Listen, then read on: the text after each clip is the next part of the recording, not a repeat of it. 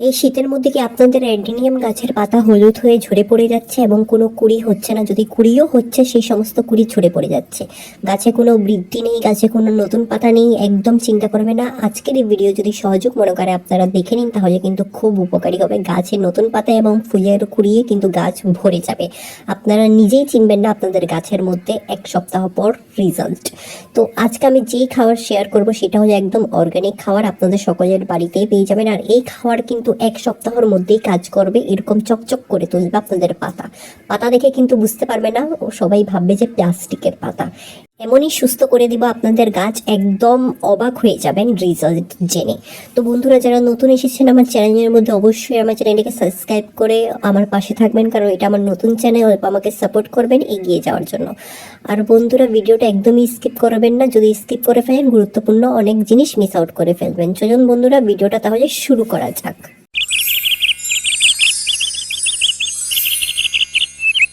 নমস্কার বন্ধুরা, কেমন আছেন সবাই? মিকি মিনিস গার্ডেন্সের মধ্যে আপনাদের সকলকে স্বাগত জানাচ্ছি।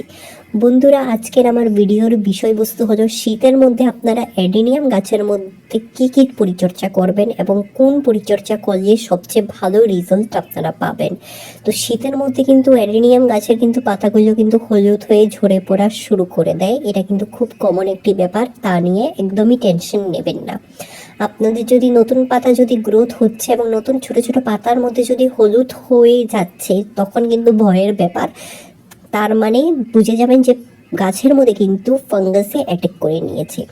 আর গাছের যে দেখেন শেকড়ের আশেপাশে কিন্তু আগাছাগুলোকে একদমই রাখবেন না, না হলে কিন্তু গাছের সমস্ত এনার্জি, সমস্ত নিউট্রিশন কিন্তু সেই সমস্ত আগাছা নিয়ে বড় হয়ে যায়। আর আমাদের মেন গাছের মধ্যে তাতে একটা নিউট্রিশন আর মাটির পুষ্টিকণা গুণ একটুকু পৌঁছায় না। তো এই জিনিসটা অবশ্যই লক্ষ্য রাখবেন। আর একটা জিনিস কিন্তু অবশ্যই লক্ষ্য রাখতে হবে, অ্যাডেনিয়াম গাছের মাটি যেন শুকনো হয়ে লেগে না থাকে, এরকম সপ্তাহের মধ্যে 1-2 দিন করে ভালো করে খুশিয়ে দেবেন, যাতে ভিতরের বন্ধ হাওয়াগুলো বাইরে বেরোতে পারে এবং বাইরের ফ্রেশ এয়ারগুলো যাতে ভিতরে ঢুকতে পারে। তাতে কিন্তু আমাদের রুট বৃদ্ধি হয়। রুট যদি ডেভেলপমেন্ট হয়, তাহলে অবশ্যই আমাদের গাছও কিন্তু উপর থেকে বাড়বে এবং নতুন নতুন পাতাও বেরোবে। তো বন্ধুরা, অ্যাডেনিয়াম হলো এমন একটা গাছ, এটার কিন্তু পরিচর্যা খুবই সিনসিয়ারভাবে করতে হয়, না হলে কিন্তু গাছের মধ্যে অনেক পরিমাণের মতন রোগ দেখা যায়। যদি আমাদের গাছকে সুস্থ রাখতে হয়, তাহলে নিয়মিত কিন্তু ছোট ছোট টিপস অ্যান্ড ট্রিক্সের সঙ্গে সঙ্গে কিন্তু গাছের মধ্যে সঠিক খাবারও ব্যবহার করতে হবে। এই শীতের মধ্যে কিন্তু আপনারা উল্টাপাল্টা কোনো খাবার ব্যবহার করবেন না, না হলে আপনাদের গাছ কিন্তু ক্রমাগত একদম শকে চলে যাবে। ক্রমাগত শকে যাওয়ার পর কিন্তু গাছের মধ্যে এরকম হলুদ হয়ে এবং পাতার মধ্যে বিভিন্ন সমস্যা দেখতে পারবেন। আর গাছের যে সমস্ত ডালগুলো কিন্তু শুকিয়ে যেতে শুরু করে দেবে। তো এই সমস্ত প্রবলেমের শিকার কিন্তু অনেক বন্ধুরাই হয়েছেন এবং অনেক কমেন্টে বলেছেন যেন সঠিক পরিচর্যা বলার জন্য কি এমন রেজাল্ট। তো আমি আপনাদেরকে সাজেস্ট করব, অ্যাডেনিয়াম গাছের মধ্যে কিন্তু মার্কেট জাতীয় কোনো ফার্টিলাইজার ব্যবহার করবেন না। যদি আমরা এই সময়ের মধ্যে মার্কেট ফার্টিলাইজার ব্যবহার করি, তাহলে এই যে দেখেন আমাদের যে কডেক্স, এটাকে বলা হয় কডেক্স, এই কডেক্সগুলো কিন্তু নরম হয়ে যাবে।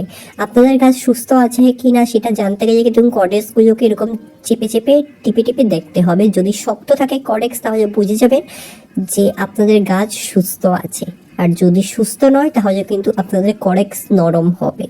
তো তা নিয়ে চিন্তা করার দরকার নেই। যদিও নরম হয়ে যায় কডেক্সকে কিন্তু পুরোপুরি শক্ত করে নিতে পারবেন। এই যে দেখেন, এই হলো সেই জিনিসটি। এটির মধ্যে কিন্তু প্রচণ্ড মাত্রায় কিন্তু নিউট্রিশন আছে। গাছের মধ্যে কিন্তু আমি জাস্ট অল্প অল্প অংশ দিচ্ছি, 1 চা চামচও দিচ্ছি না, জাস্ট 8 চামচেরও কিন্তু আরও আধা করে দিচ্ছি। এটি হলো শুকনো এবং আমাদের ব্যবহার করা চা পাতা।